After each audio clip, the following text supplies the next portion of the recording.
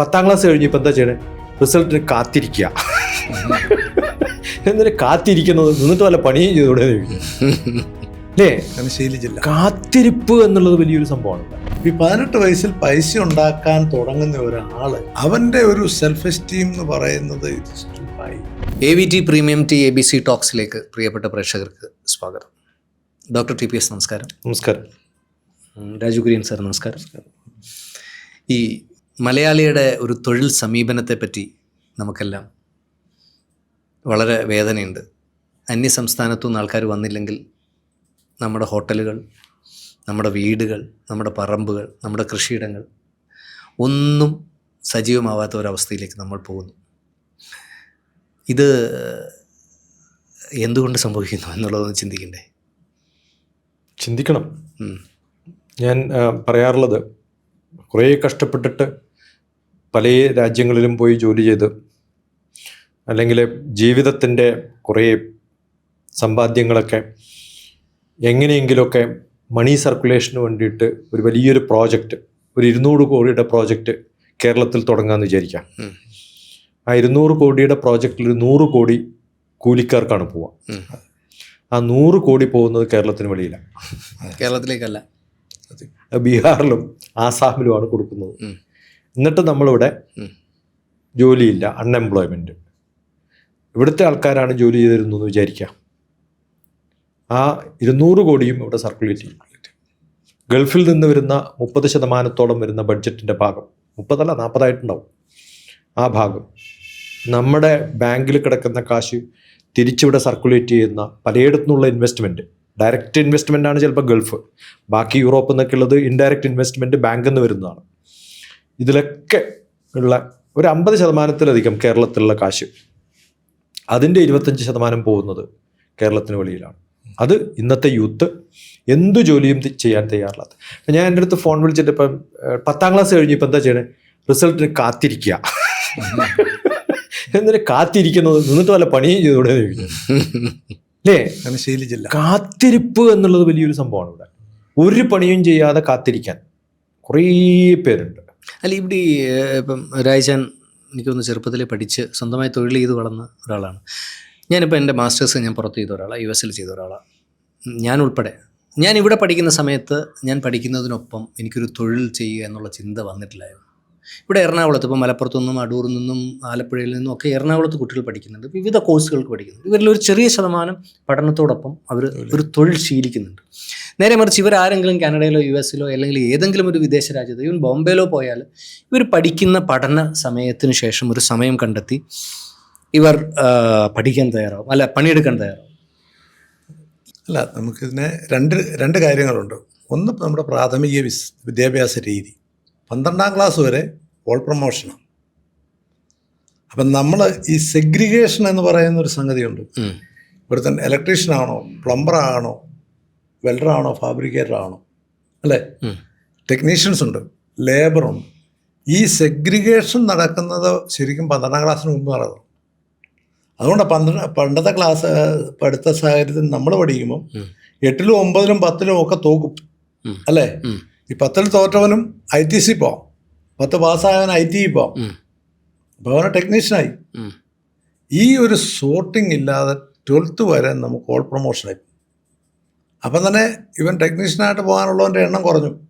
12ാം class ഒരു 4 A+ഉമായിട്ട് 12th പാസ്സായി വരുന്ന ഒരുത്തനെ കണ്ടു കഴിയുമ്പോൾ അപ്പൻ്റെ അപ്പനും അമ്മയ്ക്കും ഇവൻ എഞ്ചിനീയറിന് ഫിറ്റാന്നാ. ഞാനാണേലും എൻ്റെ മോൻ വന്നാലും ഞാൻ എന്ന് പറയുന്ന വ്യക്തി ചിന്തിക്കുന്ന എൻ്റെ മോൻ വളരെ മിടുക്കനാന്നാ, അല്ലേ? മോൻ്റെ മോൾ. അപ്പം നമുക്ക് ആ സെഗ്രിഗേഷൻ, ലേബർ, ടെക്നീഷ്യൻ, ആ കാറ്റഗറിയിലോട്ടുള്ള സെഗ്രിഗേഷൻ നഷ്ടപ്പെട്ടു പോയി. അത് ആ ഉണ്ടാക്കി വെച്ച സിസ്റ്റത്തിൻ്റെ കുഴപ്പമാണ്. പിന്നെ വന്നിട്ട് ഇപ്പം പിള്ളേർ പഠിക്കുന്ന സമയത്ത് അവർക്ക് പാർട്ട് ടൈം ജോലി ചെയ്യണമെങ്കിൽ നമുക്ക് യൂറോപ്പും അമേരിക്കയും ഒന്നുമായിട്ട് നമ്മളെ കമ്പയർ ചെയ്യാൻ പറ്റില്ല. കാരണം അവരിപ്പം നമ്മുടെ ഇന്ന് രാവിലെ ഞാൻ എണീറ്റ് റെഡിയാകുന്ന കൂടെ കണ്ട് ജർമ്മനിയിലേക്കുള്ള ഒരു അഡ്വർടൈസ്മെൻറ്റ് മനോരമ ചാനൽ കേട്ടുകൊണ്ടിരുന്നപ്പോൾ കേട്ടു. വലിയ ലോങ് അഡ്വർടൈസ്മെൻ്റ് ആണ്. ജർമ്മനിയിൽ പോയാൽ എന്തൊക്കെ ഫീച്ചേഴ്സ്. ഇവിടെയൊക്കെ ചെല്ലുമ്പോൾ എന്നാ വിസ ഇഷ്യൂ ചെയ്യുന്നതിൻ്റെ കൂടെ തന്നെ 20 hours പെർ വീക്ക് ജോലി ചെയ്യാനുള്ള പെർമിഷനും കൂടെ കൂടിയത് തരുന്നത്. ആ പെർമിറ്റഡ് ആണ്. നമ്മുടെ ആൾക്കാർ പോയിട്ട് അത് കൂടുതലും ചെയ്യുന്നുണ്ട്, അത് വേറെ കാര്യം. ഈ 20 hours പെർമിഷൻ കിട്ടിക്കഴിഞ്ഞാൽ അവൻ്റെ വിചാരം എങ്ങനെയെങ്കിലും ജോലി എടുക്കണമെന്നാണ്. അതിന് പറ്റുന്ന അറ്റ്മോസ്ഫിയർ അവിടെയുണ്ട്. നമ്മുടെ പ്രശ്നം ഇപ്പം നമ്മുടെ ലൊക്കേഷനിൽ ജോബിൻ്റെ അവൈലബിലിറ്റി, പിന്നെ എംപ്ലോയേഴ്സ് ഇതുപോലെ ചെല്ലുന്ന കുട്ടിക്ക് 4 മണിക്കൂറും 3 മണിക്കൂറും അല്ലെ 5 മണിക്കൂറും ജോലി കൊടുക്കാൻ അവർ തയ്യാറില്ല ഇവിടെ. അതല്ല എങ്കിൽ 8 മണിക്കൂർ നീ ജോലി ചെയ്യുവാണ്, 8 മണിക്കൂർ ഇന്ന് ജോലി ചെയ്തിട്ട് നാളെ നീ ഇല്ലെങ്കിൽ അടുത്തൊരാൾ വേണ്ടേ നാളത്തേക്ക്. അപ്പം ഈ സംവിധാനങ്ങൾക്കൊന്നും നമ്മുടെ സമൂഹം, നമ്മുടെ എംപ്ലോയ്മെൻറ്റ് സെഗ്മെൻറ്റ് പ്രിപ്പയർഡ് അല്ല. കണ്ടിന്യൂസ് ആയിട്ട് ഇങ്ങനെയുള്ള ആൾക്കാർ രാവിലെ 8 മണി മുതൽ 5 മണി വരെ പണിയെടുക്കാൻ തയ്യാറല്ലാത്ത, അല്ലെങ്കിൽ അത് കഴിഞ്ഞ് ഒരു പക്ഷേ ഒരു 4 മണി വരെ കോളേജ് കഴിഞ്ഞ് 5 മണി മുതൽ 8 മണി വരെ പണിയെടുക്കാൻ ഒരു കുട്ടി തയ്യാറാണെങ്കിൽ പോലും നമ്മുടെ സിസ്റ്റം അഡ്വാൻസ്ഡ് അല്ലല്ലേ. അല്ല, അങ്ങനെ ഒരാൾക്കും എംപ്ലോയ്മെൻറ്റ് കൊടുക്കാൻ പറ്റത്തില്ല. ഈ 4 മണി കഴിഞ്ഞുള്ള 5 തൊട്ട് 9 വരെയോ അങ്ങനെയൊക്കെ കൊടുക്കാം. പക്ഷേ നമ്മൾ ഈ യൂറോപ്പിലും അമേരിക്കയിലൊക്കെ ചെയ്തേക്കുന്ന എഡ്യൂക്കേഷൻ സിസ്റ്റത്തിൻ്റെ ഗുണം എന്താണെന്ന് ചോദിച്ചാൽ, ആഴ്ചയിൽ 5 ദിവസത്തിൽ ഇവൻ ചിലപ്പം ഒരു ദിവസം പോയാൽ മതിയായിരിക്കും കോളേജിൽ. അല്ലേ, നിങ്ങളൊക്കെ പഠിക്കുമ്പോഴും അങ്ങനെയല്ലേ? കോളേജിൽ പോകേണ്ട ദിവസം ഒരു ദിവസമായിരിക്കും, അല്ലെ 2 ക്ലാസ് ആയിരിക്കും, അല്ലെങ്കിൽ ഒരു 3 ദിവസം എന്തായാലും 4 ദിവസം എന്തായാലും ഒഴിവുണ്ടാവും. അപ്പം അവന് മിടുക്കനാണെങ്കിൽ അവന് ഈ 4 ദിവസവും അവന് ജോലിക്ക് പോകാൻ 6 ദിവസം ഉണ്ട് അവന്. ഒരു ദിവസം ജോലിക്ക് ഒരു ദിവസം കോളേജിൽ പോയാൽ മതി. അപ്പോൾ അവൻ 5 ദിവസം ജോലിക്ക് കമ്മിറ്റ്മെൻറ്റ് കൊടുക്കാം. ഇവിടെ അത് പറ്റില്ല. കാരണം നമ്മൾ വളരെ വ്യക്തമായിട്ട് യൂണിവേഴ്സിറ്റി സ്കെഡ്യൂൾ ഉണ്ടാക്കി വെച്ചേക്കാണ്. രാവിലെ 9 മണി തൊട്ട് വൈകിട്ട് 4 വരെ അക്കാഡമിക് കലണ്ടർ ഉണ്ടാക്കി വെച്ചേക്കാണ്. ഈ സംവിധാനമാണ് കുഴപ്പം. നമുക്ക് ഇൻറ്റേൺഷിപ്പിന് പിള്ളേരെ വിടാൻ പോലും നമുക്ക് സമയം കിട്ടുന്നില്ല. കാരണം അക്കാഡമിക് കലണ്ടർ സബ്ജക്റ്റ് അങ്ങനെ സ്കെഡ്യൂൾ ചെയ്ത് വെച്ചേക്കുക. അപ്പോൾ അതുകൊണ്ട് തന്നെ പാർട്ട് ടൈം എന്ന് പറയുന്നത് നമ്മുടെ ആ ഒരു അക്കാഡമിക് സിസ്റ്റത്തിൽ നിന്ന് നമ്മൾ വെളിയിൽ വന്നാലേ പിള്ളേർക്ക് അങ്ങനെ ഒരു ഫ്രീഡം കിട്ടത്തുള്ളൂ, അതിനുള്ള ഓപ്പർച്യൂണിറ്റി ഉണ്ടാകും. അല്ല, എനിക്ക് തോന്നുന്നത് എൻ്റെ ക്ലാസ്സിലൊക്കെ ഞാൻ BSc മാത്തമാറ്റിക്സ് ചെയ്യുമ്പോൾ എൻ്റെ കൂടെ ഒരു ബാലകൃഷ്ണൻ ഉണ്ടായിരുന്നു. പേര് പറയുന്നൊരു കുഴപ്പമൊന്നുമില്ല. ബാലകൃഷ്ണൻ പല ദിവസവും ക്ലാസ് അറ്റൻഡ് ചെയ്യാറില്ല. അറ്റൻഡ് ചെയ്യാതിരിക്കാൻ 2 കാരണമാണ്. ഒന്ന്, ബസ്സിന് പൈസ ഇല്ല വരാൻ. 2, പണിക്ക് പോയാൽ നാളെ കഞ്ഞി കരിമടിക്കാൻ പറ്റും. ഇന്ന് എത്ര കുടുംബത്തിൽ ഈ അഫോർഡബിലിറ്റിയാണ് ഏറ്റവും വലിയ പ്രോബ്ലം. ഇപ്പം എബ്രോഡിൽ പോയാൽ എന്തുകൊണ്ടാണ് പണിയെടുക്കുന്നത് വെച്ചാൽ ഇവിടുന്ന് കൊടുത്ത കാശൊന്നും പോരാ. ലോൺ എടുത്താലും മതിയാവില്ല. അവൻ കാശ് ഉണ്ടാക്കിയിട്ട് പഠിക്കാം എന്നുള്ളൊരു ധാരണയിലാണ് അവന് ഫെലോഷിപ്പ് കൊടുക്കുന്നതും പെർമിഷൻ കൊടുക്കുന്നതും. ഈവൻ അമേരിക്കയിൽ പഠിക്കുമ്പോൾ ടീച്ചിങ് അസിസ്റ്റൻ്റ് ആയിട്ട് വർക്ക് ചെയ്യണം. ഇവിടെ അതൊന്നും ഇല്ലാണ്ടും ജീവിക്കാനുള്ള കാശ് ഗവൺമെൻറ്റിൻ്റെ കൊടുക്കുന്നുണ്ട് ഫ്രീ ആയിട്ട്. എഡ്യൂക്കേഷൻ വളരെ സബ്സിഡൈസ്ഡ് ആണ്. ഇത് അഫോർഡബിലിറ്റി ഒരു വലിയൊരു പ്രശ്നമാണ്. അഫോർഡബിൾ ആയിട്ടുള്ളൊരു സിറ്റുവേഷനിൽ ഞാൻ എന്തിനാ പണിയെടുക്കണേ? നമ്പർ 1. നമ്പർ 2, നമ്മുടെ ഈ ബാലകൃഷ്ണൻ ഇന്ന് റിട്ടയർമെന്റിന് ശേഷം PhD എടുത്തു. 60-ാമത്തെ വയസ്സിൽ 56-ാമത്തെ വയസ്സ് 60 വയസ്സായി. 60-ാമത്തെ വയസ്സിലാണ് PhD എടുക്കണേ. അല്ല, അദ്ദേഹം പഠിച്ച് ജോലി വാങ്ങി. അദ്ദേഹം പ്രിൻസിപ്പളായിട്ട് റിട്ടയർ ചെയ്ത ഗവൺമെന്റ് സർവീസിൽ. ഞാൻ പറയുന്നത് കുറേ മാസ്റ്റേഴ്സ് ആ പഠിക്കാനുള്ള ആഗ്രഹവും ഇൻട്രസ്റ്റും സമയമില്ല എന്ന് പറയുന്ന വലിയൊരു കുഴപ്പമുണ്ട്. അസൈൻമെൻറ്റ്സും ക്ലാസ്സും ഒക്കെ ആയിട്ട് സമയമില്ല. ഇഷ്ടംപോലെ സമയമുണ്ട്. പക്ഷെ റിലാക്സ്ഡ് ആയിട്ടിരിക്കാനും സമയം വേസ്റ്റ് ചെയ്യാനും ഒക്കെ അവർക്ക് സമയമുണ്ട്. പക്ഷെ കാര്യങ്ങൾക്ക് കൃത്യമായിട്ട് സമയമില്ല എന്നുള്ളതാണ് അതിൽ ഏറ്റവും വലിയ കുഴപ്പം. ഏറ്റവും റിലാക്സ്ഡ് ആയിട്ടുള്ളൊരു ഫീൽഡാണ് അക്കാഡമിക്സ്. 200 ദിവസം മാത്രം വർക്കിംഗ് ഡേ മാക്സിമം ഉണ്ടാവുള്ളൂ. എന്നിട്ട് ഏറ്റവും ബിസി ആയിട്ടുള്ള ഒരു ടീച്ചർമാരാണ്. ഇത് തീരെ മനസ്സിലാവാത്ത. ഏത് കമ്പനികളിലും ഓവർ ടൈം വർക്ക് ചെയ്യണം, കുറച്ചുകൂടി മെനക്കെടണം, കുറച്ച് എക്സ്ട്രാ ടൈം വർക്ക് ചെയ്യേണ്ടി വരും. ഇത് ടീച്ചേഴ്സിലില്ല, അവർ പഠിപ്പിക്കുന്ന കുട്ടികളിലും ഇല്ല. പ്രാക്ടിക്കൽ അല്ലാത്ത തിയററ്റിക്കൽ ആയിട്ടുള്ള നോളജ് കൊണ്ട് മാത്രം ഒരു കുട്ടിക്കും ഈ ഒരു മെൻറ്റാലിറ്റി വരില്ല. എന്തുകൊണ്ടാണ് എബ്രോഡിൽ ഈ ഇൻറ്റേൺഷിപ്പും ആരാ കൊടുക്കണ ഈ ജോലി? അവിടെ പഠിപ്പിക്കുന്ന പ്രൊഫസർമാരൊക്കെ പ്രാക്ടിക്കലായിട്ട് കമ്പനിയിൽ വർക്ക് ചെയ്യുന്നവരാണ്. ഈ ടീച്ചിങ് എന്ന് പറയുന്നത് പാർട്ട് ടൈം ജോബാണ് അവർക്ക്. അവരുടെ സ്കില്ലാണ് അവർ പഠിപ്പിക്കുന്നത്.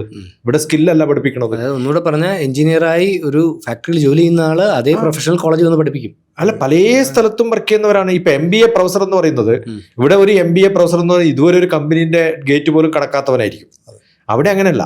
വലിയ കമ്പനികളിലൊക്കെ മാനേജറായിട്ട് വർക്ക് ചെയ്തിട്ട് എക്സ്പീരിയൻസ് ഉള്ള ആൾക്കാരാണ് അവിടെ പഠിപ്പിക്കുന്നത്. അപ്പൊ അവർ കൊടുക്കുന്ന കേസ് സ്റ്റഡി എന്തായിരിക്കും? പ്രാക്ടിക്കലായിട്ടുള്ള കേസ് സ്റ്റഡി. നമ്മൾ കൊടുക്കുന്നത് എന്താണ്? ആരോ എവിടെയോ എഴുതി വെച്ച പുസ്തകം അതേപോലെ പറയുന്നല്ലാതെ. ഇപ്പം ഞാൻ MBA പഠിപ്പിക്കുന്ന കാലത്ത് ബോൺഗീർ എന്ന് പറഞ്ഞ സ്ഥലത്ത്, വലിയൊരു സിറ്റി ഒന്നുമല്ല, ഹൈദരാബാദിൽ നിന്ന് 50 കിലോമീറ്റർ ദൂരെ. എൻ്റെ കൂടെയുള്ള 100 പിള്ളേർക്ക് ഞാൻ തീരുമാനിച്ചു. ഞാനായിരുന്നു ഹെഡ് ഓഫ് ദി ഡിപ്പാർട്ട്മെൻറ്റ്. കുറേ ഫ്രീഡം ഉണ്ട്, വലിയ റെസ്ട്രിക്ഷൻസ് ഒന്നുമില്ല. ഈ കേരളത്തിലുള്ള പിന്നെ യൂണിവേഴ്സിറ്റി പോലെ പിന്നാലെ നടന്നിട്ട് നമ്മളെ ഉപദ്രവിക്കൊന്നുമില്ല, കുഴപ്പമൊന്നുമില്ല, കുറച്ച് എങ്ങനെയൊക്കെ മാനേജ് ചെയ്യാൻ പറ്റും. എല്ലാ കുട്ടികളോടും പറഞ്ഞു ആഫ്റ്റർനൂൺ ക്ലാസ് ഇല്ല, നിങ്ങൾ തപ്പി കണ്ടുപിടിക്കുക. നിങ്ങൾ മാർക്കറ്റിംഗ് ആണ് പഠിക്കുന്നത്, അക്കൗണ്ട്സ് ആണ് പഠിക്കുന്നത്, HR ആണ് പഠിക്കുന്നത്, എടുത്തിട്ട് പോവുക. നിങ്ങളുടെ വീട്ടിന് ചുറ്റുമുള്ള പ്രശ്നങ്ങളൊക്കെ റെക്കോർഡ് ചെയ്ത് കൊണ്ടുവരാൻ പറഞ്ഞു. 60 കുട്ടികൾ 100 കുട്ടികൾ കൊണ്ടുവന്ന പ്രശ്നങ്ങൾ 190 200 പ്രശ്നങ്ങളാണ് കാറ്റഗറൈസ് ചെയ്തപ്പോൾ. ഇതാണ് നിങ്ങളുടെ പ്രോജക്റ്റ്, ഇത് ചെയ്തോളാൻ പറഞ്ഞു. അതല്ലാതെ ഏതെങ്കിലും കമ്പനിയിൽ പോയിട്ട് അവിടെ ഇന്റേൺഷിപ്പ് എടുത്ത് അവിടുത്തെ പ്രോബ്ലം സോൾവ് ചെയ്ത് അവിടെ ജോലിയും കിട്ടില്ല. അതിൽ ഒരു 50% ഓഫ് ആൾക്കാർക്കും 2-3 ആഴ്ച കൊണ്ട് തന്നെ ജോലി കിട്ടി. ഇപ്പൊ പലപ്പോഴും പ്രാക്ടിക്കലായിട്ട് നമുക്ക് ചുറ്റുമുള്ള പ്രോബ്ലം പോലും നമുക്ക് ഐഡന്റിഫൈ ചെയ്യാൻ പറ്റുന്നതാണ് പ്രോജക്റ്റ്. അതല്ല നമ്മൾ ചെയ്യുന്നത്. നമ്മൾ ഏതെങ്കിലും MNC കമ്പനിയുടെ അവിടെ പോയിട്ടൊരു സർട്ടിഫിക്കറ്റ് ഒപ്പിച്ചിട്ട് അതിന് ഏജൻസി വെച്ചിട്ട് അതല്ല വേണ്ടത്. പ്രാക്ടിക്കലായിട്ട് നമുക്ക് ചുറ്റുമുള്ള പ്രോബ്ലം സോൾവ് ചെയ്യാൻ പറ്റാത്ത ഒരു പ്രൊഫഷണൽ പ്രോഗ്രാം അല്ല എന്ന് ഞാൻ പറയാം. അത് എൻജിനീയറിംഗിലും നഷ്ടമായിട്ടുണ്ട്, MBAക്ക് നഷ്ടമായിട്ടുണ്ട്. കുറച്ച് നടക്കുന്നത് മെഡിക്കൽ മാത്രമാണ്. കാരണം മെഡിക്കൽ കോളേജ് നടക്കുന്നിടത്തൊക്കെ ഹോസ്പിറ്റലുണ്ട്, രോഗികളുണ്ട്, പഠിപ്പിക്കുന്ന ഡോക്ടർമാരൊക്കെ പ്രാക്ടീസിങ് ഡോക്ടേഴ്സാണ്, അവർക്ക് പ്രാക്ടിക്കൽ സ്കില്ലുണ്ട്. അതുകൊണ്ട് ഇപ്പോൾ ഡയലൂട്ടായിട്ട് പോവാത്ത ഒരു കോഴ്സ് എന്ന് പറയുന്നത് മെഡിക്കൽ സർവീസാണ്. ബാക്കി എല്ലാ സർവീസിലും ഈ പ്രൊഫഷണൽ എന്നൊരു പേര് മാത്രമേ ഉള്ളൂ. ബിടെക്കിൽ ഒരാളും ടെക്കായിട്ടില്ല. ടെക്കാവണ്ടേ, ആ ബിടെക് ആയിട്ടില്ല. MBA എന്ന് പറയുന്ന ഒരു BBA എന്ന് പറയുന്ന ബികോം എന്ന് പറയുന്ന ഒരാൾക്ക് ഇതുവരെ ഒരു കൊമേഴ്സിന്റെ ഒരു ലെഡ്ജർ ബുക്ക് പോലും കാണാതെ ബികോം ആവാം. അപ്പോൾ പ്രാക്ടിക്കൽ ആവണം, അതാണ് അത്യാവശ്യം. അത് അഫോർഡബിലിറ്റിയുടെ ഭാഗമാണ്. വീട്ടിൽ നിന്ന് കാശ് കൊടുക്കുന്നത് കൊണ്ടാണ്. കുഞ്ഞുണ്ണി മാഷ് പണ്ട് പറഞ്ഞിട്ടുണ്ട്, 12ാം ക്ലാസ് കഴിയുമ്പോൾ 10ാം ക്ലാസ് കഴിയുമ്പോൾ എല്ലാവരെയും വീട്ടിൽ നിന്ന് അടിച്ച് പുറത്താക്കുക. എന്നിട്ട് തെണ്ടി തിരിഞ്ഞിട്ട് അപ്പാ എനിക്ക് പഠിക്കണം എന്ന് പറയുമ്പോൾ ഏതെങ്കിലും ക്ലാസ് കൊണ്ട് ചേർക്കുക. ഇതങ്ങനെയല്ലല്ലോ. അപ്പനും അമ്മയാണ് തീരുമാനിക്കുക ഇവൻ എവിടെ ചേരണം, എന്തിനു ചേരണം, എന്ത് പഠിക്കണം, ഏത് കോഴ്സാണ് നല്ലത്. എല്ലാ കോളുകളും, എത്രയോ കോളുകൾ വരുന്നറിയാം, ഏത് കോഴ്സാണ് നല്ലത്. ഇപ്പം ഞാൻ എൻ്റെ മകനോട് വീഡിയോസൊക്കെ കണ്ട് ഓരോ എഞ്ചിനീയറിങ്ങിനെ കുറിച്ചും ബ്രാഞ്ചിനെ കുറിച്ചും ഒക്കെ അറിഞ്ഞ് എല്ലാ വിഷയങ്ങളെക്കുറിച്ചും ഒക്കെ അറിഞ്ഞിട്ട് സംശയം വരുമ്പോൾ എൻ്റെ അടുത്ത് വരാൻ പറയും. അതങ്ങനെയല്ല. അച്ഛനും അമ്മയാണ് ഈ ഡിസ്കഷൻസും ടെൻഷനും ഒക്കെ അപ്പനും അമ്മ. ഇപ്പം ഈ TPS ഇത് പറയുമ്പോൾ രാജ, നമുക്കൊരു വിദ്യാഭ്യാസം നമ്മുടെ ഒരു പ്രസ്റ്റീജിൻ്റെ ഭാഗമാവുന്നുണ്ട്, ഒരു തൊഴിലിൻ്റെയോ ഭാവിയുടെ ഭാഗം എന്നതിനപ്പുറത്തേക്ക്. തീർച്ചയായിട്ടും അത് നമ്മുടെ മലയാളികളുടെ, എനിക്ക് തോന്നുന്നു ഇന്ത്യക്കാർക്ക് മൊത്തം ഉണ്ടോ മലയാളികൾക്ക്? ഇന്ത്യയിൽ ഉള്ളതിലും എനിക്ക് തോന്നുന്നു കുറേ കൂടി അധികമായിട്ടുള്ളത് മലയാളികൾക്കാണ്. നമുക്കിപ്പോഴും ഇന്ത്യയിൽ പോലുമുള്ള കോഴ്സുകളിൽ എത്ര കോഴ്സുകൾ കേരളത്തിൽ മാസ്റ്റേഴ്സിനായിട്ട്, ബിടെക്കിലായിട്ട്, അല്ലെ BBAയിലായിട്ട് കേരളത്തിലുണ്ടെന്ന് നോക്കിയാൽ വളരെ അപൂർവമാണ്. നമ്മൾ കുട്ടികൾ 12th കഴിയുമ്പോൾ എന്താ അവരുടെ പ്ലാൻ? ഒന്നെങ്കിൽ അവർ ഡോക്ടറാകണം, എഞ്ചിനീയർ ആകണം, അല്ലേ? അതെ. അപ്പോൾ ഇത് എൻ്റെ മോൻ ഡോക്ടറാണെന്നോ എഞ്ചിനീയർ ആണെന്നോ പറയുന്നതിലപ്പുറം ഇപ്പം എയിംസിൻ്റെ കോളേജിൽ നമുക്ക് അവിടെ പോയി പഠിക്കണമെന്നോ, അല്ലെ IIMS ഉണ്ട്, അല്ലേ? ഇവിടെയൊക്കെ ഒത്തിരി കോഴ്സുകളുണ്ട്. ഈ പിന്നെ റിസർച്ച് റിലേറ്റഡ് ആയിട്ടും അല്ലാതെ ഒത്തിരി കോഴ്സ് നമ്മുടെ കുട്ടികൾക്ക് എനിക്ക് തോന്നുന്നു ഇന്ത്യയിലുള്ള പോലും സെൻട്രൽ ഗവൺമെൻറ് ഇനിഷ്യേറ്റീവ് ചെയ്ത് ഉൾപ്പെടെയുള്ള കോഴ്സുകളെ പറ്റിയൊന്നും ഒരു ഗ്രാഹ്യമില്ല. അതിൻ്റെ മെയിൻ കാര്യം ഇപ്പോൾ സാറ് പറഞ്ഞതുപോലെ കൂടുതലും കേസുകൾ പേരൻസിൻ്റെ ഇഷ്ടമാണ് കുട്ടികളിലൂടെ നടപ്പിലാക്കാൻ ശ്രമിക്കുന്നത്. അതുകൊണ്ടാണ് ഇപ്പം ചോദിച്ച ക്വസ്റ്റ്യൻ നമ്മുടെ പ്രസ്റ്റീജിൻ്റെ ഭാഗമായിട്ട് ഇത് വരുന്നുണ്ടോ? അപ്പനും അമ്മയ്ക്കും എൻ്റെ മകൻ ഇന്നതാകണം, ആ ഒരു താല്പര്യം കിടന്നായോ ഒബിയസ്ലി കുട്ടികൾക്ക് എപ്പോഴും അപ്പൻ്റെ അമ്മയുടെ ഇഷ്ടത്തിനനുസരിച്ച് പോകാനുള്ള പ്രായമേ ആയുള്ളൂ 12ാം ക്ലാസ്സിൽ, അല്ലേ? 12ാം ക്ലാസ് കഴിഞ്ഞിട്ട് ഇവിടെ നീറ്റ് എഴുതി കിട്ടാത്തതുകൊണ്ട് വെളിയിൽ പോയിട്ട് MBBS, അവിടുത്തെ ഇക്വലന്റ് MBBS ചെയ്ത് തിരിച്ചു വന്നിട്ട് 8 വർഷമായിട്ട് ഇവിടുത്തെ ക്വാളിഫിക്കേഷൻ എഴുതിയിട്ട് കിട്ടാത്ത ആൾക്കാർ. അല്ല, കല്യാണങ്ങൾക്ക് പറയാം, അല്ല അയാൾക്ക് പ്രാക്ടീസ് ചെയ്യാൻ പറ്റില്ല. ഞാൻ പറയുന്നത് ഡോക്ടറാണെന്ന് പറയാം, ഡോക്ടറാണ്, വലയങ്ങളിൽ പറയാം ഡോക്ടറാണെന്ന്. അതെ, അത് എവിടുന്നാണ് അയാൾ ഏതോ ഒരു രാജ്യത്തുനിന്നൊരു MBBS അയാളുടെ കയ്യിലുണ്ട്. അത് വെച്ചിട്ട് പ്രാക്ടീസ് ചെയ്യാൻ അയാൾക്ക് പറ്റില്ല. കാരണം ഇവിടുത്തെ ക്വാളിഫയിങ് പാസ് ആയിട്ടില്ല. അവന് വേറൊരു രാജ്യത്തും പോയിട്ട് ഒന്നും ചെയ്യാൻ പറ്റില്ല. ഇങ്ങനെ എത്രയോ ആൾക്കാരുണ്ടെന്നറിയോ? അപ്പോൾ ഈ ഡോക്ടറാണ്, എഞ്ചിനീയർ ആണ്, ഇന്നൊരു കമ്പനിയിലാണ് എന്നൊക്കെ പറയുന്നത് വെറും പേരിന് മാത്രം. പ്രൊഫഷണൽ എബിലിറ്റി ഉള്ളത് കൊണ്ടോ, അല്ലെങ്കിൽ അയാൾക്ക് അവിടുന്ന് കാശുണ്ടാക്കാൻ പറ്റുന്നതുകൊണ്ടോ, അല്ലെങ്കിൽ ജീവിതം എന്ന് പറയുന്നത്, ഞാൻ പറഞ്ഞില്ല, അതൊരു കംഫർട്ട് സോണാണ്. ആ കംഫർട്ട് സോൺ ഉള്ളത് കൊണ്ടാണ് ഈ ബുദ്ധിമുട്ടുണ്ടാവുന്നത്. ക്വാളിഫിക്കേഷൻ എന്ന് പറയുന്നതല്ല. എത്രയോ ആൾക്കാരുണ്ട് നല്ല ഇപ്പം PhD കാശ് കൊടുത്ത് പഠിക്കുന്ന, ഇപ്പൊ കേരളത്തിൽ മാത്രമെന്ന് പറഞ്ഞുകൊണ്ടാണ് ഞാൻ പറയുന്നത്. PhD അല്ല, 10,000-15,000 രൂപയ്ക്ക് ഡോക്ടറേറ്റ് വാങ്ങുന്ന ഇഷ്ടംപോലെ പ്രോഗ്രാമുകളുണ്ട്. അത് വളരെ പബ്ലിക്കായിട്ട് വലിയ ഹോട്ടലുകളിൽ ഈ പിന്നെ ഗ്രാജുവേഷൻ സെറിമണിയിൽ പ്രാവശ്യം എന്നെ ഗസ്റ്റായിട്ട് വിളിച്ചു. ഞാൻ നോക്കുമ്പോൾ ഇതൊക്കെ തുക്കട യൂണിവേഴ്സിറ്റി എന്നുള്ള ഡോക്ടറേറ്റ് നമ്മൾ കൊടുക്കണതേ, നമ്മളാ കൊടുക്കണത്. അത് ഇത് ഇത്തരം കുറേ, ഞാൻ ഈ അടുത്ത കാലത്ത് ഇങ്ങനെ ഈ ഡോക്ടറേറ്റ് വിൽക്കുന്ന ഒരാളുമായി പരിചയപ്പെട്ടിട്ട് ഞാൻ ചോദിച്ചു, എന്താ നിങ്ങൾ ചെയ്യുന്നത്? അല്ല, ഡോക്ടറേറ്റ് വേണേൽ ഞാൻ തരാം. ഞാൻ ചോദിച്ചു, എത്ര രൂപയാണ്? അത് 15,000 രൂപയും പിന്നെ അതും ഇതും മറ്റേതും, അവിടെ പിന്നെ ശ്രീലങ്ക പോകാനുള്ള പൈസയും. അപ്പം ഞാൻ ചോദിച്ചു, ശ്രീലങ്ക എന്നാണോ? ഇല്ല, അമേരിക്കൻ ഡോക്ടറേറ്റ് വേറെ ഏത് അപ്പം ഞാൻ ചോദിച്ചു, ഇത് വാങ്ങുന്ന ആൾക്കാർ, ഇഷ്ടംപോലെ ആൾക്കാർ വാങ്ങാൻ താല്പര്യമുണ്ട്. അല്ല, നമ്മുടെ കുഴപ്പം എന്താ വെച്ചാൽ നമ്മളൊക്കെ കഷ്ടപ്പെട്ടിട്ട് ഡോക്ടറേറ്റ് പഠിച്ചിട്ട് ഡോക്ടർ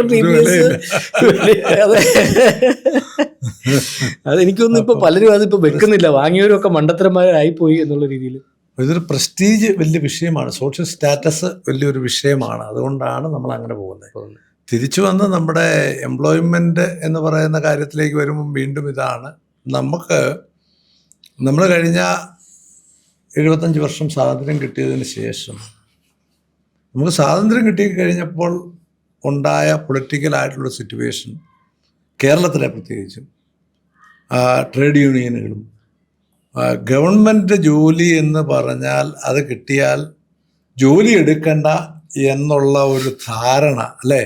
ഗവൺമെൻറ് ജോലി കിട്ടിയാൽ ഏറ്റവും സുഖം, നിന്റെ ലൈഫ് രക്ഷപ്പെട്ടു. ഗവൺമെൻറ് ജോലി ഉള്ളവനാണെങ്കിൽ പെണ്ണ് കിട്ടാൻ എളുപ്പം. ഇങ്ങനെയുള്ള കുറേ കോൺസെപ്റ്റുകൾ നമ്മുടെ, എനിക്ക് തോന്നുന്നു ഈ ചില നമുക്ക് ഈ നമ്മൾ ഇപ്പം ഞാൻ പുറത്ത് പഠിക്കാൻ പോയ സമയത്ത് എനിക്കൊരു ഉണ്ടായ ഒരു അനുഭവം ഞാൻ പറയാം.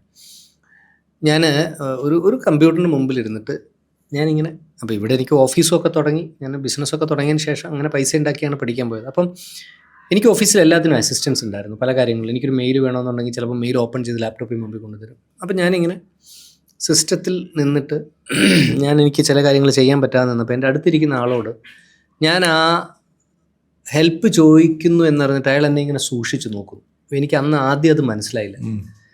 അങ്ങനെ മറ്റൊരാളുടെ സഹായം ആവശ്യമില്ലാതെ ചോദിക്കുന്നതും മറ്റൊരാൾക്ക് സഹായം ആവശ്യമില്ലാതെ കൊടുക്കുന്നതുമൊക്കെ അവർക്കൊരു കൾച്ചറൽ ഇഷ്യൂ ആണ്. നമുക്കിവിടെ അങ്ങനല്ല. രായിച്ചാൻ എന്തെങ്കിലും ആവശ്യം ഉണ്ടെങ്കിലും ഇല്ലെങ്കിലും ഞാൻ പ്രൊവൈഡ് ചെയ്യാൻ തയ്യാറാവും. അത് വാങ്ങുന്നതിനും ഞാൻ കൊടുക്കുന്നതിനും നമുക്ക് രണ്ടു കൂട്ടർക്കും ഒരു മടിയില്ല. ആ ഒരു കൾച്ചറിൽ നിന്നാണെന്ന് തോന്നുന്നു സർക്കാർ ജോലി കിട്ടിയാൽ പണിയെടുക്കാതെ ശമ്പളം കിട്ടും. ഇത് വലിയ പ്രിവിലേജ് ആയിട്ടല്ലേ പറയുന്നത്? സർക്കാർ ജോലിയാണല്ലോ, എനിക്ക് പണിയെടുക്കണ്ടല്ലോ, ഞാനിന്ന് രാവിലെ ഒപ്പിട്ടിട്ട് പോന്നു. ഇത് ഒരു അഭിമാനക്കുറവും ഇല്ലാതെ മലയാളി പറയുന്ന കേൾക്കുമ്പോൾ ഇതെനിക്ക് തോന്നുന്നു മലയാളികൾ മാത്രം കുറ്റം പറയരുത്. എല്ലാ ഗവൺമെന്റ് ഓഫീസുകളിലും ഇന്ത്യയിലുള്ളൊരു സാധാരണ, അല്ല ഇത് ഗവൺമെന്റ് ഓഫീസുകൾ മാത്രമല്ല, എനിക്ക് തോന്നുന്നു ചുരുക്കം പ്രൈവറ്റ് ഫേമുകൾ ഒഴിച്ച്. അതെന്തുകൊണ്ടാ വെച്ചാൽ നമ്മൾ ഓവർ എംപ്ലോയിഡ് ആണ്. ഇത്രയൊന്നും ആൾക്കാർ വേണ്ട, സത്യം പറഞ്ഞ എത്രയൊന്നും ആൾക്കാർ വേണ്ട. ഇപ്പോൾ ഓസ്ട്രിയയിൽ നമ്മളൊരു ഹോട്ടലിൽ ഞാൻ പണ്ട് പോയ സമയത്ത് ഒരു ലേഡിയാണ് ഒരു 60 ഗസ്റ്റുള്ളൊരു ഹോട്ടൽ മെയിൻറ്റെയിൻ ചെയ്യുന്നത്. ഒരാളേ ഉള്ളൂ. അവർ ക്ലീൻ ചെയ്യും, എല്ലാ ഭക്ഷണവും എടുത്തു വെച്ചിട്ടുണ്ട്, ബഫേ ആണ്. അവസാനത് ക്ലീൻ ചെയ്ത് എടുത്തുകൊണ്ട് വെച്ചിട്ട് അങ്ങോട്ട് ഇട്ട് കഴിഞ്ഞാൽ ഡിഷ് വാഷർ ഉണ്ട്, വളരെ മെക്കനൈസ്ഡ് ആണ്. നമ്മൾ പലപ്പോഴും ഈ ചെയ്യുന്ന ജോലിക്ക് ആവശ്യമുള്ള ആൾക്കാർക്ക് ഒരു 10 ഇരട്ടി ആൾക്കാരെ എംപ്ലോയ് ചെയ്യും. അവന് ലീവ് എടുക്കണം, അവന് ബത്ത കൊടുക്കുക. അവിടെ അങ്ങനെയല്ല, പെർ അവർ വർക്ക് ചെയ്യുന്ന സമയത്ത് ശമ്പളം കൊടുക്കുക, നല്ലപോലെ കൊടുക്കുക. ഇവിടെ പെൻഷനേഴ്സാണ് എംപ്ലോയീസിനെക്കാളും കൂടുതൽ. ലോകത്തിൽ ഇങ്ങനെ പെൻഷൻ കൊടുക്കുന്നൊരു ലോകം ഞാനടക്കം എനിക്ക് തോന്നാറുണ്ട് പലപ്പോഴും. വേറെ ആരുമില്ല, വേറെ എവിടെയുണ്ട് ഒരു ഗവൺമെന്റ് ഉണ്ടാവില്ല അല്ലേ? ഒരു ഗവൺമെന്റ് എന്ന് പറഞ്ഞാൽ 56 വയസ്സിൽ സാർ റിട്ടയർ, അവൻ കയറുന്ന സർവീസ് കയറുന്ന 30-ാമത്തെ വയസ്സിലാണ് എന്ന് പറഞ്ഞാൽ ഓക്കെ 25-ാം വയസ്സിൽ കയറിയെന്ന് വിചാരിച്ചു. 31 വർഷം കഴിയുമ്പം ഇവൻ വെളിയിലിറങ്ങുക. 56 വയസ്സിൽ ഇറങ്ങുന്ന ഒരുത്തൻ്റെ ഇന്നത്തെ അവസ്ഥ ഒന്ന് ആലോചിക്കുന്നത്. അവൻ 86 വയസ്സിലും ഇന്ന് പെൻഷൻ കൊടുക്കണം. അല്ല, ഇപ്പോൾ നിർത്തി കേട്ടോ ഗവൺമെന്റ്. നിർത്തിയില്ല, അല്ല പെൻഷൻ നിർത്തി. ഇപ്പൊ CPF കോൺട്രിബ്യൂട്ടറി തുടങ്ങിയുള്ളൂ. ഞാൻ പറഞ്ഞത് ഈ മനുഷ്യൻ ശരിക്കും ഇപ്പം സാറിൻ്റെ ഏജിൽ ഇതൊന്നും വേണ്ട, സാറിൻ്റെ കയ്യിലോട്ട് പോകണ്ട.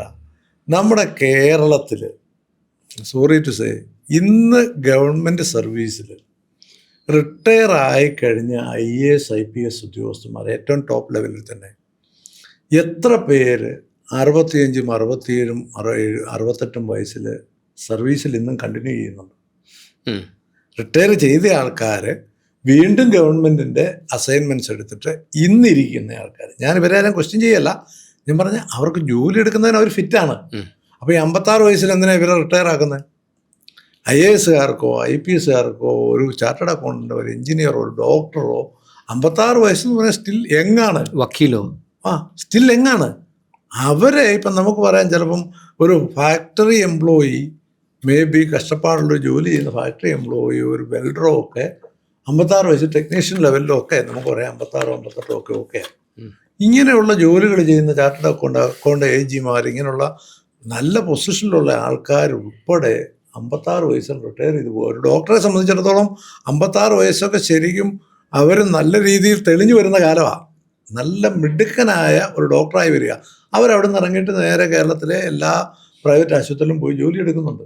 പെൻഷനുമോ അല്ല, ഇതിൽ ഒരു കുഴപ്പമെന്ന് വെച്ചാൽ നേരത്തെ ചെയ്ത കുറേ കാര്യങ്ങൾ നമ്മളിപ്പോൾ ഡിസ്കസ് ചെയ്ത് തമ്മിലുള്ള ഒരു കണക്ഷൻ ഞാൻ കാണുന്നത്. ഇപ്പം എൻ്റെ ജീവിതത്തിൽ ഞാനിപ്പോൾ റിട്ടയർമെൻറ്റ് എടുത്തിട്ട് കുറേ കാലമായി. മിനിമം ജീവിക്കാനുള്ള പെൻഷൻ ഉണ്ട്. പക്ഷെ എൻ്റെ എല്ലാ നിമിഷത്തിലും ഞാൻ ആലോചിക്കുന്നത് എൻ്റെ വിസ്ഡം, ഞാൻ നേടിയിട്ടുള്ള എക്സ്പീരിയൻസ് അടുത്ത ജനറേഷനെ എങ്ങനെ നമുക്ക് മാറ്റിയെടുക്കാം. എനിക്ക് ഗവൺമെൻറ്റിനെ മാറ്റാനോ അല്ലെങ്കിൽ കുറേ മാറ്റങ്ങൾ വരുത്താനോ സാധിക്കില്ല. പക്ഷെ എനിക്ക് ചെയ്യാൻ സാധിക്കുന്നത് ഈ എംപ്ലോയബിലിറ്റി ചിലപ്പോൾ കൊടുക്കാൻ എനിക്ക് സാധിക്കില്ല, പക്ഷെ അവരെ എംപ്ലോയബിൾ ആക്കാൻ പറ്റുമോ എന്നാണ് എൻ്റെ ചോദ്യം. ഇപ്പോൾ റായ്ച്ചൻ പറഞ്ഞിട്ടുള്ളത് കുറേ പേർ റിട്ടയർമെൻറ്റിന് ശേഷവും കണ്ടിന്യൂ ചെയ്യുന്നു. അതിന് ബേസിക് ആയിട്ടുള്ള കാരണം ക്വാളിഫൈഡ് ആയിട്ടുള്ള യൂത്തിനെ ആ പൊസിഷനിലേക്ക് നമുക്ക് അബ്സോർബ് ചെയ്യാൻ ക്വാളിഫൈഡ് ആയിട്ടുള്ള യൂത്ത് ഇല്ല എന്നുള്ളതാണ്. നിങ്ങളൊരു ഭാഗത്ത് പറയുന്നത് അൺഎംപ്ലോയ്മെൻ്റ് ആണ്. ഞാൻ പറയുന്നത്, ഇപ്പം ഞാൻ ഇൻ്റർവ്യൂ ചെയ്താൽ ഇപ്പോൾ സിവിൽ സർവീസിൽ IASൽ 5000 പോസ്റ്റുകളുണ്ട് ഇന്ത്യയിൽ. എന്തുകൊണ്ടാണ് പോസ്റ്റ് ചെയ്യാത്തത്? ഒരേ IASകാരനോട് 4 ഡിപ്പാർട്ട്മെൻറ്റ് ഗവേൺ ചെയ്യാൻ പറയുകയാണ്. പുതിയ സ്റ്റേറ്റ് ഉണ്ടാക്കിയ സമയത്ത് 260 വേക്കൻസി IAS മാത്രം വേണം തെലങ്കാനയിൽ, ആന്ധ്രാപ്രദേശിലും സ്പ്ലിറ്റ് ആയ സമയത്ത്. അവരോട് പറഞ്ഞു 90 ആളെ വെച്ച് അഡ്ജസ്റ്റ് ചെയ്യാനാണ്. ആളില്ല. എന്തുകൊണ്ടാണ് നമുക്ക് 5000 യൂത്തിനെ സിവിൽ സർവീസ് ആക്കാൻ പറ്റാത്തത് എന്ന് ചോദിച്ച ഉത്തരം ക്വാളിഫൈഡ് ആയിട്ടുള്ള ആളില്ല എന്നുള്ളതാണ്. അവിടെയാണ് ഞാൻ പറയുന്നത്, ഈ ക്വാളിഫൈഡ് ആയിട്ടുള്ള എക്സ്പീരിയൻസ്ഡ് ഉള്ള ആൾക്കാർ ഏതെങ്കിലും കുറച്ച് കുട്ടികളെ എടുത്തിട്ട് നമുക്കവരെ എംപ്ലോയബിൾ ആക്കാൻ പറ്റുമോ? അവർക്കുള്ള എല്ലാ സ്കില്ലുകളും ഉണ്ടാക്കി കൊടുക്കാൻ പറ്റുമോ? അത്യാവശ്യമായിട്ട് വേണ്ടത് കുറേ ഫയലുകൾ വായിച്ചാൽ, ഈ ഫയലുകളൊന്നും ഇന്ന് AI ഒന്നും വെച്ചിട്ട് വായിച്ചിട്ട് ഒരു നോട്ട് ഉണ്ടാക്കാൻ പറ്റില്ല. മനുഷ്യൻ്റെ പ്രോബ്ലംസ് ആണ് വരുന്നത്, അത് സോൾവ് ചെയ്യാനുള്ള പ്രോബ്ലമാണ്. എനിക്ക് കുറേ പ്രോബ്ലംസ് വായിച്ചാൽ അതിന് ചെറിയൊരു നോട്ടാക്കിയിട്ട് അതിൽ പോസിറ്റീവായിട്ടുള്ള ഒരു ആക്ഷൻ എടുക്കാൻ, ഒരു നോട്ട് ഉണ്ടാക്കാൻ എത്ര കുട്ടികൾ പഠിക്കുന്നുണ്ടാവും? അതാണ് ഒരു സിവിൽ സർവൻറ്റ് ചെയ്യേണ്ടത്. ആ എബിലിറ്റി ഉണ്ടോ എന്ന് ടെസ്റ്റ് ചെയ്യാനാണ് ഞാൻ ടെസ്റ്റ് നടത്തുന്നത്. ആ എക്സാമിനേഷനിൽ ഞാൻ ഫിസിക്സ് പഠിച്ചാലും കെമിസ്ട്രി പഠിച്ചാലും സിവിൽ എഞ്ചിനീയറിംഗ് പഠിച്ചാലും അവസാനം ചെയ്യുന്ന ജോലി ഇത്തരം ജോലികളിലേക്കാണെങ്കിൽ, അത് ഹിസ്റ്ററി ആയാലും, അവനത് വായിച്ച് മനസ്സിലാക്കാനുള്ള കഴിവില്ല. അവൻ ടെക്സ്റ്റ് ബുക്ക് വായിച്ച് ഏതോ ടീച്ചർ കൊടുക്കുന്ന നോട്ട് കൊടുത്ത് അതിൻ്റെ ഉത്തരം എഴുതി പാസ്സാവാന്നല്ലാതെ ഗ്രാജുവേഷൻ ലെവലിൽ എത്തുമ്പോഴത്തേക്കും ഈ എബിലിറ്റി ഉണ്ടാക്കി കൊടുക്കുന്ന ഒരു സ്കിൽ ഓറിയൻറ്റേഷൻ, അല്ലെങ്കിൽ അതാണ് ഞാൻ ചെയ്യുന്ന ഒരു സാധാരണയുള്ള എംപ്ലോയബിലിറ്റി സ്കിൽ, അതുണ്ടാക്കി കൊടുക്കാൻ പറ്റുകയാണെങ്കിൽ നമ്മുടെ മക്കൾ എക്സലൻ്റ് ആയിട്ട് മാറുമെന്നാണ്. അതിനുള്ള സ്പേസ് ഇല്ല എന്നുള്ളതാണ്. അതിനുള്ള സ്പേസ് എന്ന് പറയുന്നത് ഇഷ്ടംപോലെ ഓപ്പർച്യൂണിറ്റീസ് ഉണ്ട്, ഇഷ്ടംപോലെ സ്കില്ലുണ്ട്, ഇഷ്ടംപോലെ ആറ്റിറ്റ്യൂഡുണ്ട്. ഈ മൂന്നും കൂടി ജോയിൻ ചെയ്യുന്ന ഒരു സെറ്റപ്പ് നമുക്ക് ഉണ്ടാക്കിയെടുത്തു കഴിഞ്ഞാൽ ക്ലാസ് ബേസിക് മോഡൽ നമുക്ക് ഉണ്ടാക്കാൻ കേരളത്തിന് സാധിക്കും. കാരണം കേരളത്തിൽ അറിവുള്ളവരാണ്, ലാംഗ്വേജ് സ്കിൽ പഠിച്ചെടുക്കാൻ കഴിവുള്ളവരാണ്, അതിനുള്ള എൻവറോൺമെന്റ് ഉണ്ട്. ഇപ്പം ഇതൊരു ഹയർ എൻഡ് ലെവലിലാണോ അതോ ഒരു ലേബർ ലെവൽ മുതലേ നമുക്ക് ആദ്യം വേണ്ടത് ഇപ്പം 2 തരത്തിലുള്ള മാനേജ്മെന്റ് ചേഞ്ചസ് ആണ് നമ്മൾ പറയാം. ഒന്ന് ബോട്ടം ടു ടോപ്പും ഒന്ന് ടോപ്പ് ടു ബോട്ടവും. ഇപ്പോൾ ബോട്ടം ടു ടോപ്പ് എന്ന് പറയുന്നത് സമരത്തിലൂടെയൊക്കെ ശ്രമിച്ചിട്ട് അതൊക്കെ പൊളിഞ്ഞ സ്ഥലമാണ്, അത് നടക്കില്ല. എഡ്യൂക്കേഷൻ എന്ന് പറയുന്നത് ഗവൺമെന്റിൽ നടത്തണമെങ്കിൽ ബോട്ടത്തിൽ നിന്ന് കുറേ സമരമൊക്കെ ഉണ്ടാക്കിയിട്ട് ഗവൺമെന്റിലേക്ക് വന്നിട്ടൊക്കെ അതിന് കുറേ കാലം പിടിക്കും. പിന്നെ ഹൈ വിഷണറി ആയിട്ടുള്ള ഒരു മിനിസ്ട്രിയും ഒക്കെ വേണം. അതും നമ്മുടെ ഹോപ്പ് അത്ര ഇല്ല. കാരണം മിക്കവാറും ഈ ഡ്രോപ്പ് ഔട്ട്സും ഇത്തരം സംഭവങ്ങളും നടക്കാത്തവരാണ് ഹൈ എൻഡിലേക്ക് വരുന്നത്. പണ്ട് 20 വർഷം മുമ്പ് തരൂർ പൊളിറ്റിക്സിലൊക്കെ തുടങ്ങിയ കാലത്ത് കൊച്ചിയിൽ ഫിനിഷിംഗ് സ്കൂൾ വേണമെന്ന് പറഞ്ഞിട്ട് ഇതുവരെ ഒരു ഫിനിഷിംഗ് സ്കൂൾ കൊച്ചിയിൽ ഉണ്ടാക്കാൻ സാധിച്ചിട്ടില്ല. ഈ എംപ്ലോയബിലിറ്റി ആയിട്ടുള്ള ആൾക്കാരെ ഗ്രാജുവേഷൻ കഴിഞ്ഞിട്ട് can you make A finishing school എന്നാണ്. ഞാൻ അടുത്ത കാലത്ത് മാളയിൽ ഒരു ഗ്രേസ് ഹോളി ഗ്രേസ് ഇൻസ്റ്റിറ്റ്യൂഷൻ ഉണ്ട്. അവിടെ ഞാനൊരു അപ്പോയിൻമെൻ്റ് എടുത്തിട്ട് തുടങ്ങിയതാണ്. പക്ഷേ ഇതിന് മാനേജ്മെൻറ്റിൻ്റെ സപ്പോർട്ട് വേണം, പാരൻസിൻ്റെ കൺവിൻസിങ് വേണം. കൺസിസ്റ്റൻ്റ് ആയിട്ടൊരു 5 കൊല്ലം കൊണ്ട് നമുക്കൊരു 100 പേരെ അങ്ങനെ സൃഷ്ടിക്കാൻ പറ്റുകയാണെങ്കിൽ that will become A model academic institution. Employable അല്ല എന്നുള്ളതാണ്. എൻ്റെ കുട്ടികളിൽ ഒരു 4 പേർക്ക് 5 പേർക്ക് കിട്ടിയാലും, ചില എഞ്ചിനീയറിംഗ് കോളേജൊക്കെ അഡ്വർട്ടൈസ് ചെയ്യും 100% പ്ലേസ്മെൻറ്റ് കിട്ടിയത്. വലിയ അത്ഭുതത്തോടു കൂടി ഞാൻ പോയി നോക്കിയിട്ടുണ്ട്. ഞാൻ പോയിട്ടുള്ള കോളേജാണ്. അവിടെ ടീച്ചേഴ്സ് ട്രെയിനിങ്ങിന് ഞാൻ പോയിട്ടുണ്ട്. എന്നിട്ട് ഞാൻ ഉടനെ പ്രിൻസിപ്പളെ വിളിച്ച് ചോദിക്കാം, പറഞ്ഞു 100%. ആകെ 100 പേര് പരീക്ഷ ചെയ്താൽ ഒരാളെ പാസ്സായിട്ടുള്ള അയാൾക്ക് ജോലി കിട്ടി. 100% അല്ലേ, പാസ്സായക്കല്ലേ ജോലി കൊടുക്കുള്ളൂ. പാസ്സായവർക്ക് ഫുൾ ക്വാളിഫൈഡ് ആണ് ജോലി കൊടുത്തത്. അപ്പോൾ ഇതല്ല നമ്മൾ ഉദ്ദേശിക്കുന്നത്. ആ 100 കുട്ടികൾ, ഞാൻ പറയാറുണ്ട്, 4 വർഷം എൻ്റെ കയ്യിൽ 100 കുട്ടികളെ തരുമ്പോൾ ആ 100 കുട്ടികളുടെ ഭാവിയാണ് എന്നെ ഏൽപ്പിക്കുന്നത്. അവരെ നല്ല പൊസിഷനിലേക്ക് എത്തിക്കുക എന്നുള്ള ബോധത്തോടു കൂടി പഠിപ്പിക്കുന്ന, ഈ പറഞ്ഞിട്ടുള്ള റിട്ടയർ ആയിട്ടുള്ള എത്രയോ എഞ്ചിനീയർമാരുണ്ട്. അവരൊക്കെ നമുക്ക് റീഎംപ്ലോയ് ചെയ്യാൻ പറ്റണം. അവരുടെയൊക്കെ സ്കില്ലും വിസ്ഡവും ഉപയോഗിക്കാൻ പറ്റുകയാണെങ്കിൽ എത്രയോ ആൾക്കാരുണ്ടെന്നറിയോ. അവരെയാണ് നമ്മൾ ശരിക്കും ഉപയോഗപ്പെടുത്തേണ്ടത്.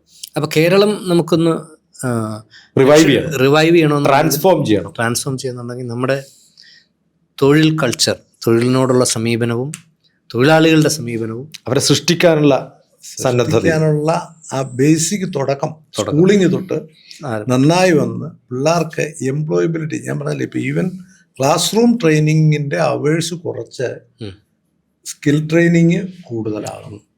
അത് വരണം. പിന്നെ ജോലി ചെയ്യാനുള്ള ഒരു താല്പര്യം കുട്ടികളുണ്ടാകണം. ഇപ്പം ഇവിടെ നമ്മുടെ പ്രശ്നം എല്ലാത്തരം ജോലികളെയും, അതെ, പക്ഷെ നമ്മുടെ കുഴപ്പം എന്നാന്ന് വെച്ചാൽ നമ്മുടെ പേരൻസ് പിള്ളേരെ സപ്പോർട്ട് ചെയ്ത് നശിപ്പിക്കുകയാണ്.